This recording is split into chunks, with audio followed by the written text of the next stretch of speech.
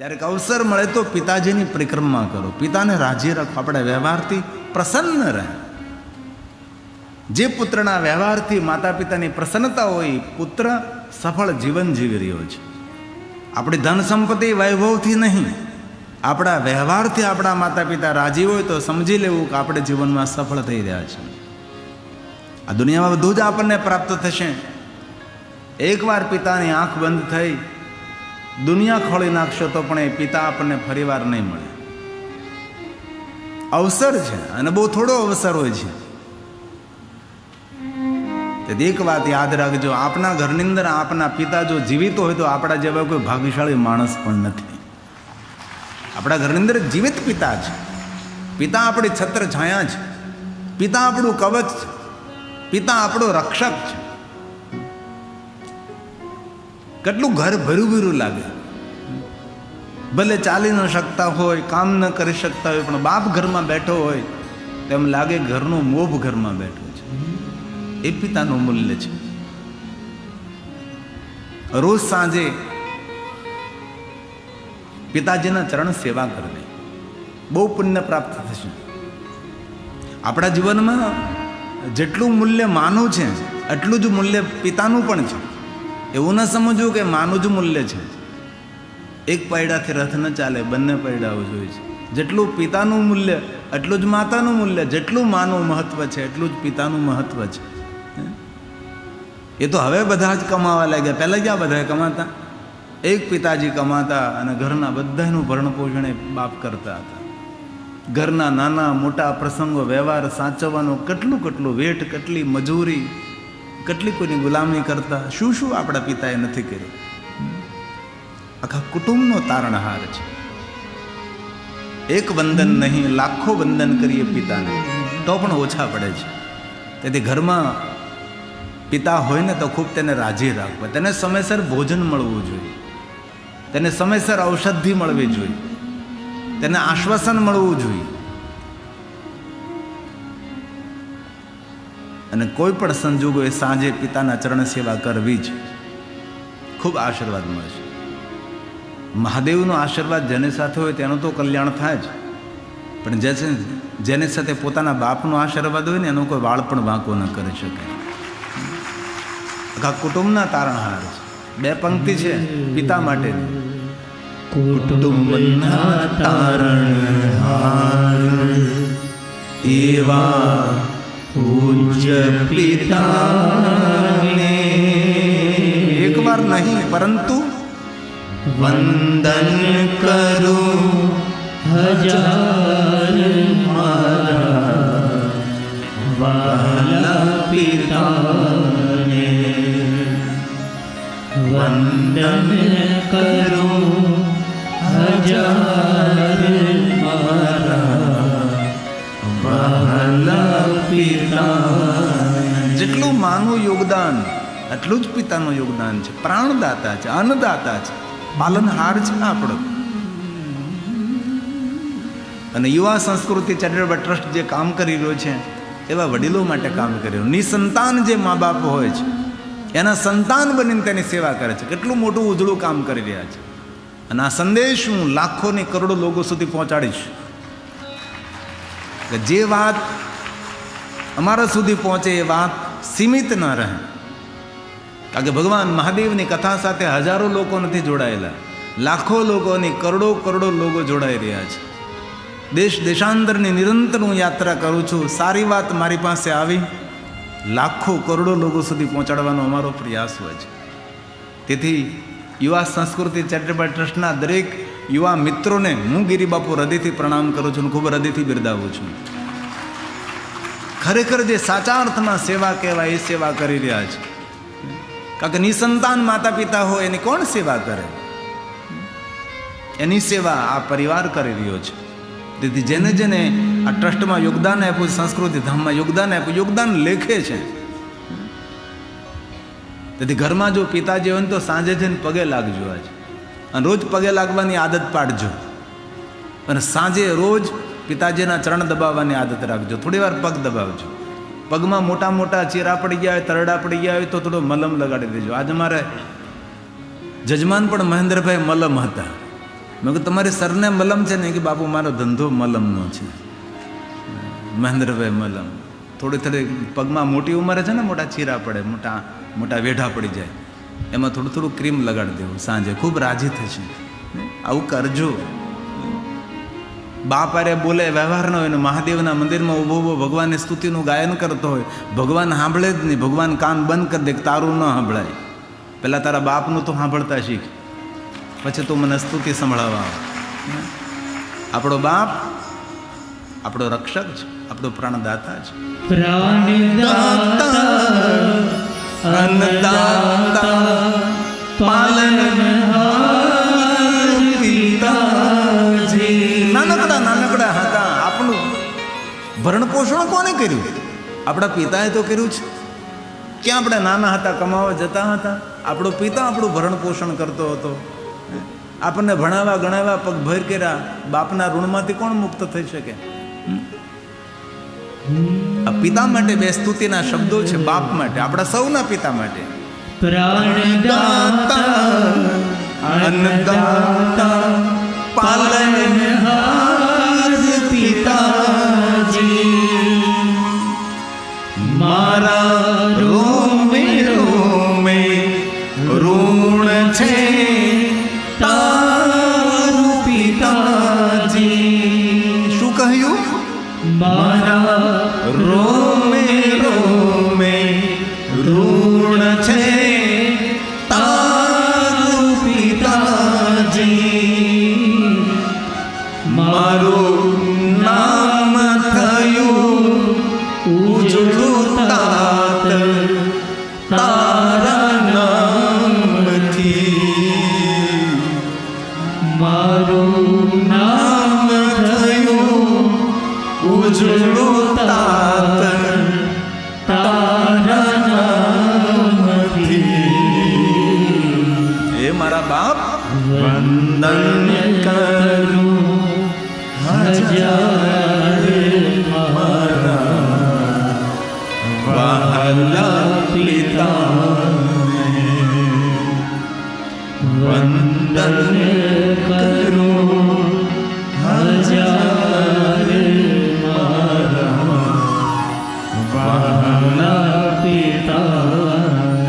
માં બોલતા શીખવાડે, બાપ આંગળી પકડીને ચાલતા શીખવાડે. આપણો પિતા મારી આંગળી ઝાલીને મને માર્ગ બતાવ્યો. બેટા, સમાજમાં કઈ રીતે રહેવાય, સમાજમાં કઈ રીતે વ્યવહાર કરાય. આંગળી ઝાલીને પાપા પગલી કરાવે એમ નહીં. સમાજમાં કઈ રીતે બેટા રહેવાય, સમાજમાં કઈ રીતે ચલાય, સમાજને અરે કેવો વ્યવહાર કરાય, મને માર્ગ બતાવ્યો છે. બેટા, કઈ રીતે જીવન જીવાય એ આપણો પિતા છે. પિતા આપણી પાઠશાળા છે. તેથી આપણા સૌના પિતા માટે આપણે ગાઈએ છીએ. મારી આંગળી ઝાલીને મને માર્ગ બતાવ્યો. પિતાજી, દુનિયાના દુઃખ સહી તે મને વીર બનાવ્યો. કોઈના અપમાન સહન કર્યા છે, કોઈની મજૂરી કરી છે, કોઈની વેઠ કરી છે. શું શું નથી કર્યું આપણા પિતાજી? જૂના કપડાથી ચલાવી લે, છોકરો ભણતો હોય નવા કપડા અપાવે. જૂના ચપ્પલથી ચલાવી લે, નવા બૂટ છોકરો ભણતો હોય કે દીકરી ભણતી હોય તેને અપાવે. સાદા મોબાઈલથી પોતે ચલાવી લે, પણ સ્માર્ટ મોબાઈલ દીકરા દીકરીઓને આપે છે. મારો દીકરો મહાન બને, મારી દીકરી મહાન બને. બાપનો કેટલો ભરોસો હોય છે, કેટલા અસહ્ય દુઃખો સહન કરતો હોય. તે બાપ દીકરા દીકરીને કહે નહીં કે બેટા આજે આની સાથે આમ થયું, આ માણસે અપમાન કર્યું, આવી અડચણો આવી. નહીં, મૌન રહીને બધું જ પિતાજી સહન કરતો હોય. કારણ કર્તવ્ય છે, બાળકોને મોટા કરવા છે, બાળકોને ભણાવવા છે, બાળકોને પગભર કરવા છે. મારા બાળકો મારા કરતાં પણ શ્રેષ્ઠ સમાજમાં તેનું સ્થાન હોય, આવી વિચારધારા ધરાવતો આપણો બાપ હોય. આ પિતા માટેનું વર્ણન છે. દુનિયાના દુઃખ સહી તે મને વીર બનાવ્યો. તારા વાલ ભર્યા પ્રેમનું અમૃત હું પામ્યો. તારા વાલ ભર્યા પ્રેમનું અમૃત હું પામ્યો. વંદન કરું હજાર મારા વાલા પિતાને. બોલીએ. વંદન કરું હજાર મારા વાલા પિતાને. માં તો કાખમાં તેડે ભાઈ, બાપ તો ખંભા પર બેસાડે કે મારો દીકરો મારા કરતા ઊંચો લાગવો જોઈએ. આ પુરુષનો એક સ્વભાવ છે, કોઈની સામે હારવા તૈયાર ન થાય. પુરુષનો સ્વભાવ છે કોઈની સામે હારવા તૈયાર ન થાય, પણ પોતાના દીકરાની સામે એ હારવા માટે તૈયાર છે કે મારો દીકરો મારા કરતાં મહાન હોવો જોઈએ. યા પુરુષનો સ્વભાવ છે. હર પિતા એવો વિચારતો હોય કે મારો દીકરો મારા કરતાં ઊંચાઈ ઉપર હોય, મારા કરતાં શ્રેષ્ઠ હોય. અને પિતાની પ્રસન્નતા દીકરાની સફળતામાં હોય છે. કોઈ પણ બાપની પ્રસન્નતા દીકરાની સફળતામાં હોય તો સફળ થવું પિતા ગૌરવ કરે. સમાજની વચ્ચે ઊભા કે અમારો દીકરો છે, કેટલો ગૌરવવંતો છે, બાપ રાજી થાય. સાચું પિતૃતર્પણ તો તેને જ કહેવાય છે કે આપણા વ્યવહારથી આપણા પિતા પ્રસન્ન હોય, એ સાચું પિતૃતર્પણ છે. બાકી પાણી તો સૌ ઢોળ જ છે, ને પાણી તો ઢોળ કરવું જ પડે. સાચું પિતૃતર્પણ કયું? તમારું નામ લઈને બાપ ગૌરવ અનુભવે. ગામમાં પીને આટા મારતો હોય ને ઝઘડતો હોય, પછી બાપ શું શું વિચારે? લાખ તર્પણ કરે તો પણ એ તર્પણ ન થાય. હવે દીકરો મોટો થાય ને બાપને એમ કે પિતાજી બધી ઈચ્છાઓ તમે મારી પૂરી કરી છે, હવે મારો સમય છે, મારે તમારી ઈચ્છાઓ પૂરી કરવાની છે. હવે એક સમાજની અંદર અમે જે અત્યારે કથાઓ કરી છે ને, એક નવી પદ્ધતિ શરૂ થઈ છે. એક સમય એવો હતો કે અમે લગભગ કથા બધી જ પિતૃ મોક્ષાર્થે કથાઓ કરતા હતા. મા બાપના ફોટા લગાડ્યા હોય પિતૃના તર્પણ માટે, પિતૃના મોક્ષાર્થે અમે લોકો ઘણી બધી મેં કથાઓ કરી, પિતૃ મોક્ષાર્થે. પણ હવે એક માનસિકતા એવી બદલી છે. અનેક એવી કથાઓ હું કરું છું અને પૂછું મારા જજમાનને કે આ કથા શા માટે તમે આયોજન કર્યું છે, તો પિતૃની મોક્ષ માટે નહીં, એ મને પ્રસન્નતાપૂર્વક કહે કે આ મારા માતા પિતા જીવતા છે ને એના રાજીપા માટે કથા કરી છે. માતા પિતાનું મૃત્યુ થાય ને પછી અમે કથા કરીએ, કથાનો કયો અર્થ? એવા અનેક જજમાનો મેં જોયા છે જે પોતાના માતા પિતાના રાજીપા માટે અરે ઝૂલો બનાવે, મા બાપને ઝૂલે બેહાડે અને પુત્ર વધુ અને દીકરો બંને માતાને ઝૂલે ઝૂલાવતા હોય માતા પિતાને, અને ગિરિબાપુ કથા કહેતા હોય. કેવું દ્રશ્ય લાગે, કેવું રૂપાળું, કેટલું સુંદર લાગે. આવી અનેક કથાઓ મેં કરી છે માતા પિતાની પ્રસન્નતા માટે, માતા પિતાને રાજીપા માટે. બસ મારા જીવતા મા બાપ કથા સાંભળે અને ખૂબ રાજી થાય અને પ્રસન્ન થાય, એ જ ભાવ. હવે સમય જતો રહ્યો પિતૃ મોક્ષાર્થે કથા ફોટા મૂકીને સંભળાવવાનો. હવે તો જીવિત માતા પિતાને રાજી કરવાના છે આપણે. અને યુવા સંસ્કૃતિ ચેરિટેબલ ટ્રસ્ટ આ કાર્ય કરે છે. માતા પિતાની વંદનાનો કાર્યક્રમ એક દિવસ રાત્રે હતો.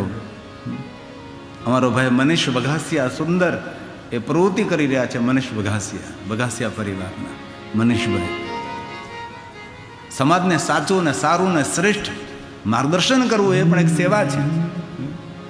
તેથી બીજું બધું તો ઠીક છે, પણ આજથી આપણે એક નિયમ ધારણ કરશું કે સવારમાં ઘરથી બહાર નીકળે પહેલાં પિતાજીને પ્રણામ કરશું, આપણે માતા પિતાને પ્રણામ કરશું, અને સાંજે સમય કાઢીને માતા પિતાના ચરણની સેવા કરશું. અને ખૂબ રાજી થશે મા બાપ, ખૂબ માતા પિતા રાજી થશે.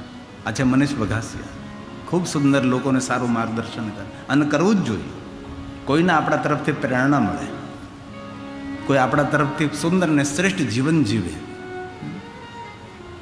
તેથી હવે આપણે મા બાપને કહેવાનું છે, પિતાજી તમે બધી જ ઈચ્છાઓ મારી પૂરી કરી છે, હવે હું મોટો થયો, તમારી થોડી વૃદ્ધાવસ્થા આવી છે, હવે તમે કહો તમારી કઈ કઈ ઈચ્છાઓ છે.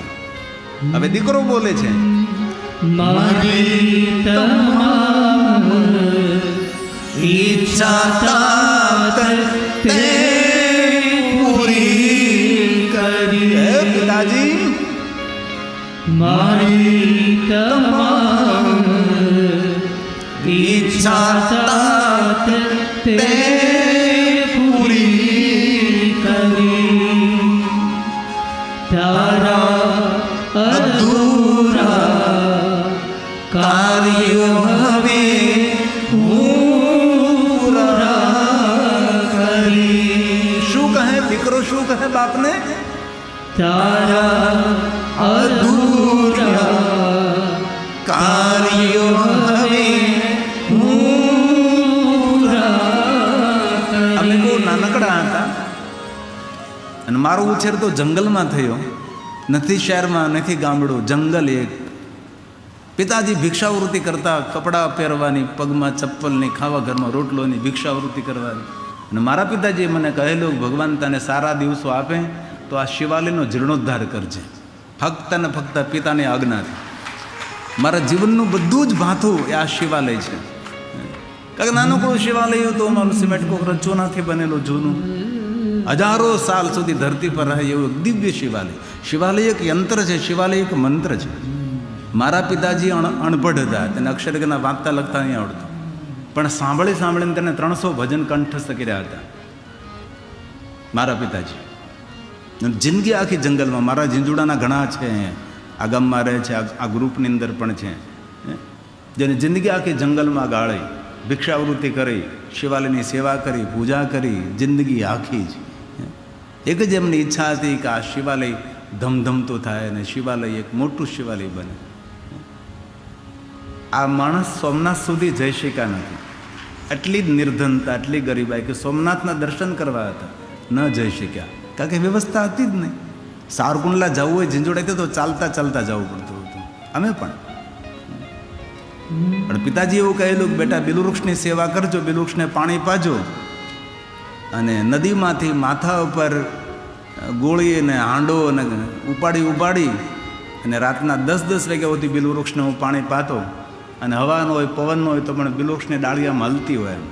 ત્યારે મને એમ લાગે આ વૃક્ષની ડાળી પવનથી નથી હલતી, પણ મને આશીર્વાદ આપે છે.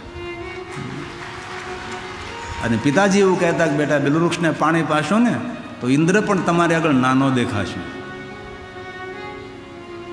એવી મહાનતા, એવી શ્રેષ્ઠ પદવી તમને પ્રાપ્ત. મેં કીધું બાપુજી, ઇન્દ્ર કેમ નાનો દેખાય? આપણે તો ઝૂંપડામાં રહેનારા, ભિક્ષાવૃત્તિ કરીને જીવન નિર્વાહ ચલાવનારા, ઇન્દ્ર આપણે આગળ કેવી રીતે નાનો દેખાય? પણ આજે ખબર પડી કે ઇન્દ્ર પણ નાનો દેખાય છે.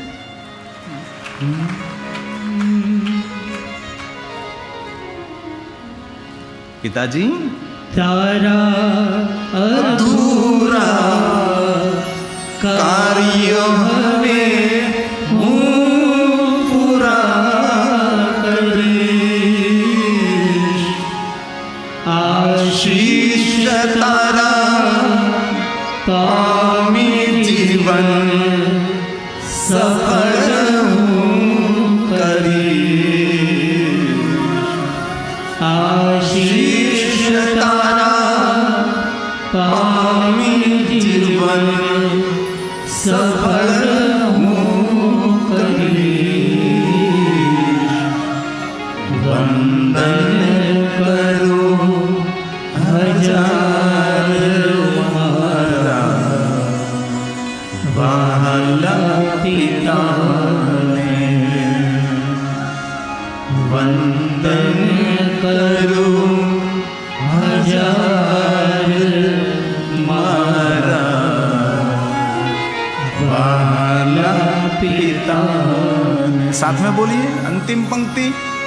वंदन करो हजार मारा.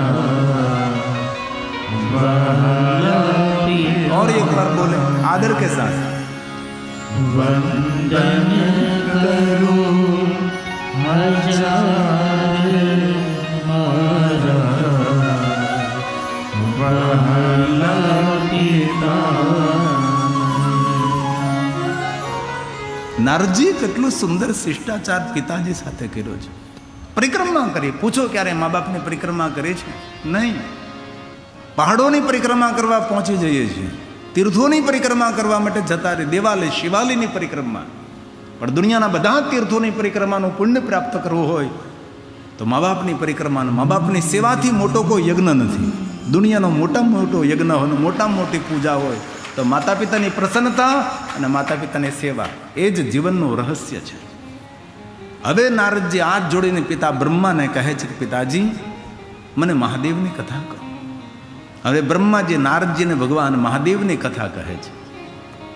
બ્રહ્મા સ્વયં કહે છે કે નારદજી, પૂર્ણ રીતે તો ભગવાનની કથા હું જાણતો નથી, પણ જે કાંઈ જાણું છું તમને સત્ય કહીશ. પણ એટલા માટે હું તમને મહાદેવની કથા કહીશ, લોકહિત માટે, લોકાનામ હિત કામિયા, સૌના સુખ માટે, સૌની શાંતિ માટે હું તમને મહાદેવની કથા કહીશ. આ કથા શા માટે? ઘણી વાર એવું થાય કે આ સંસ્કૃતિ પરિવારે ભગવાન મહાદેવની કથાનું આયોજન કર્યું. શા માટે કથાનું આયોજન કર્યું? દાન એકત્ર કરવું હોય તો બીજી વાત છે, પણ ખરેખર તો કથા એટલા માટે આ સંસ્કૃતિ પરિવારના યુવાનોએ કરી છે કે કથાથી સમાજમાં મોટું પરિવર્તન આવે, મોટું પરિવર્તન આવે.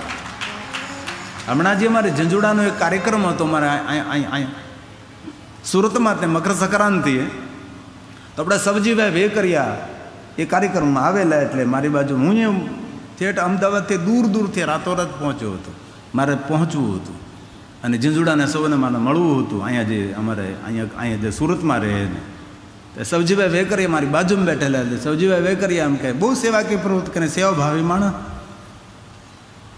એમને સ્પષ્ટ કહ્યું કે આજે સમાજમાં જે કાંઈ આ બધો બદલાવ દેખાય છે એ સત્સંગ અને કથા કીર્તનના ફલ સ્વરૂપે જ દેખાય છે. આ સબજી વેકરિયાનું બયાન. અને ઘણો બધો બદલાવ આવે. આજથી 30 વર્ષ પહેલાં હું જ્યારે શિવકથામાં નીકળ્યો ત્યારે ક્યાં શિવાલયો ખાલી હતા બધા. શિવાલય કોઈ એટલા બધા માણસો નહીં જતા હતા. આજે જે શિવાલયો ધમધમે છે એનું કારણ કથાનો પ્રભાવ તો પડ્યો જ છે. આજે કેટલે ભાઈઓ બહેનો પાર્થેશ્વરનું પૂજન કરે. આજે દરેકના ગળામાં જુઓ રુદ્રાક્ષની માળા શોભે છે. કાલ હાજે અમારા છોકરાઓ કેટલું સુંદર હર હર મહાદેવનો નાદ કરતા હતા. કીર્તનના છોકરાઓ આપણા સંસ્કૃતિ પરિવારના કેટલું સુંદર સાંજે કીર્તન કરતા હતા, કેટલી સુંદર શોભામાં વૃદ્ધિ કરતા હતા. તેથી કથા શા માટે? તો કે લોકાનામ હિત કામી. બ્રહ્મા કહે છે નારદને, હે સાધુ, હે સાધુ, ભગવાનની કથાનું શ્રવણ કરો. સ્વયં બોલે છે બ્રહ્મા, બ્રહ્મન સાધુ પૃષ્ઠો. હે નારદજી, કથા સાંભળો, કથા સાંભળો. ત્વયા વિબુધ સતમા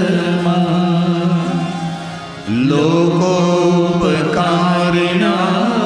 જગત પર ઉપકાર કરવા માટે. શા માટે? લોકાનામ હિત કામ્યા.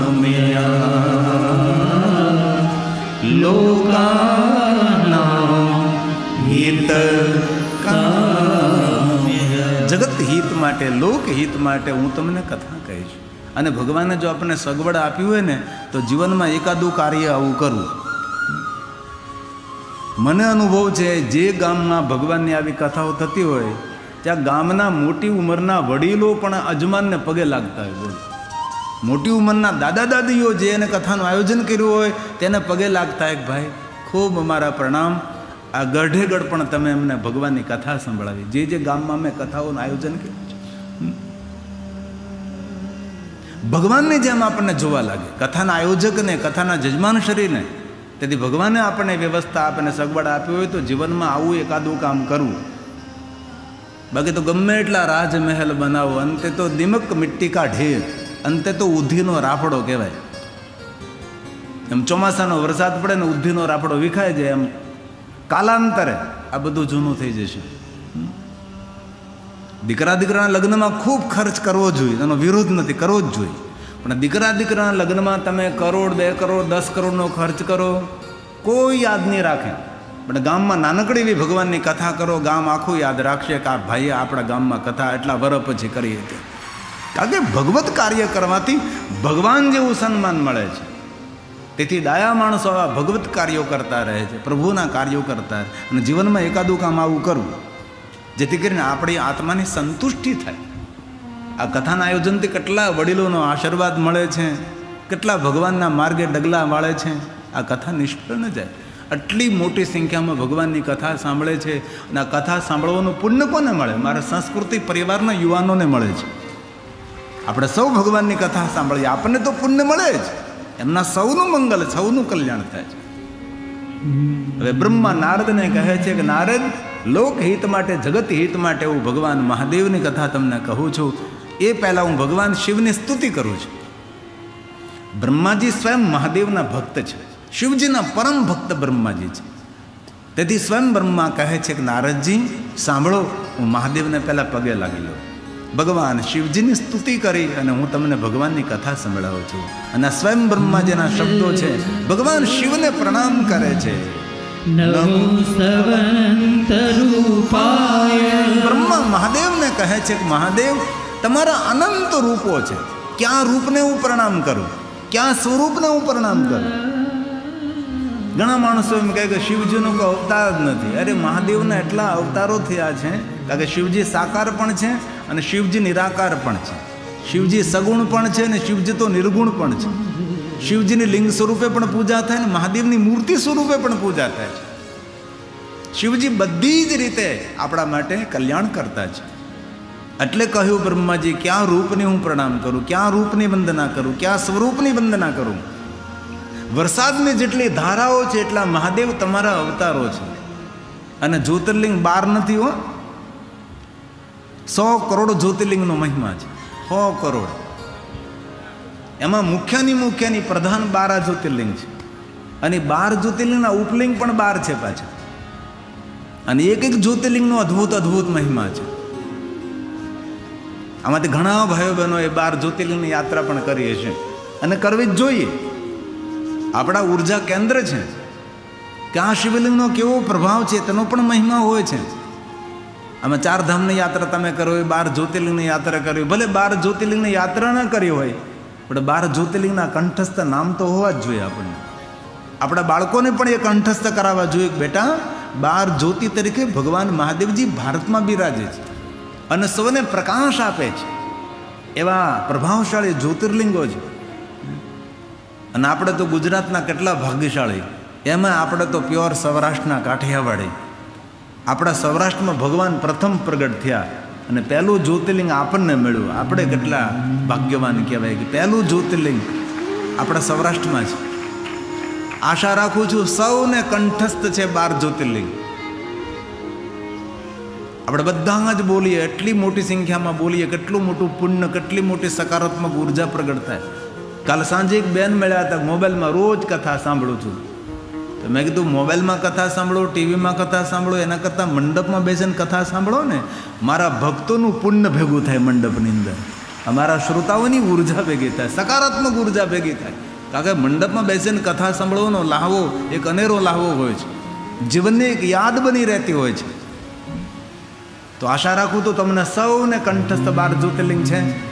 હા, અને નો કંઠસ્થ હોય તો મૂંઝાવું નહીં, ઓઠ ફફડાવવા, આપણે ચોર પકડાય ન જાય. ઘણા ભાગશાળી એવા હોય તેને 12 જ્યોતિર્લિંગ ન આવડતા હોય તો કાંઈ નહીં, ઓઠ ફફડાવો. પહેલું જ્યોતિર્લિંગ ક્યાં છે? સૌરાષ્ટ્રે સોમનાથમ ચ શ્રીશૈલે મલ્લિકાર્જુનમ ઉજ્જૈન્યામ મહાકાલમ ઓમકારમ મમલેશ્વરમ પરલ્યામ વૈદ્યનાથમ ચ દાકિન્યામ ભીમશંકરમ સેતુ બંધેતુ રામેશમ નાગેશમ દારુકાવને વારાણસ્યામ ऋषिकेशं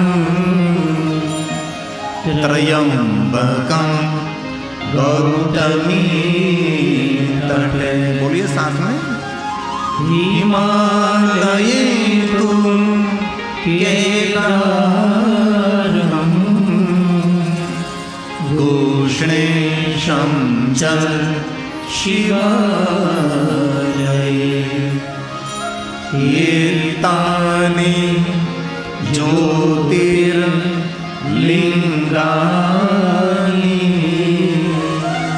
सायं प्रातः पठेन् नरः। सप्तजन्म कृतं पापं स्वगृहेण विनश्यति। स्मरेण विनश्यति। जो कोई मनुष्य 12 જ્યોતિર્લિંગનું ઉચ્ચારણ કરે છે, ખાલી બોલે, તે મનુષ્ય 7 જન્મોના પાપમાંથી મુક્ત બને. તમે જુઓ તો ખરા કેટલું પુણ્ય છે. એટલું આપણે વિચારીએ કે 12 જ્યોતિર્લિંગને યાદ કરવાથી જો 7 જન્મના પાપમાંથી મુક્ત થતો હોય તો 12 જ્યોતિર્લિંગની યાત્રા કરવાથી કેટલું માણસને પુણ્ય મળવું હોય છે. અમે તો હર વર્ષે જ્યોતિર્લિંગમાં કથા કરી.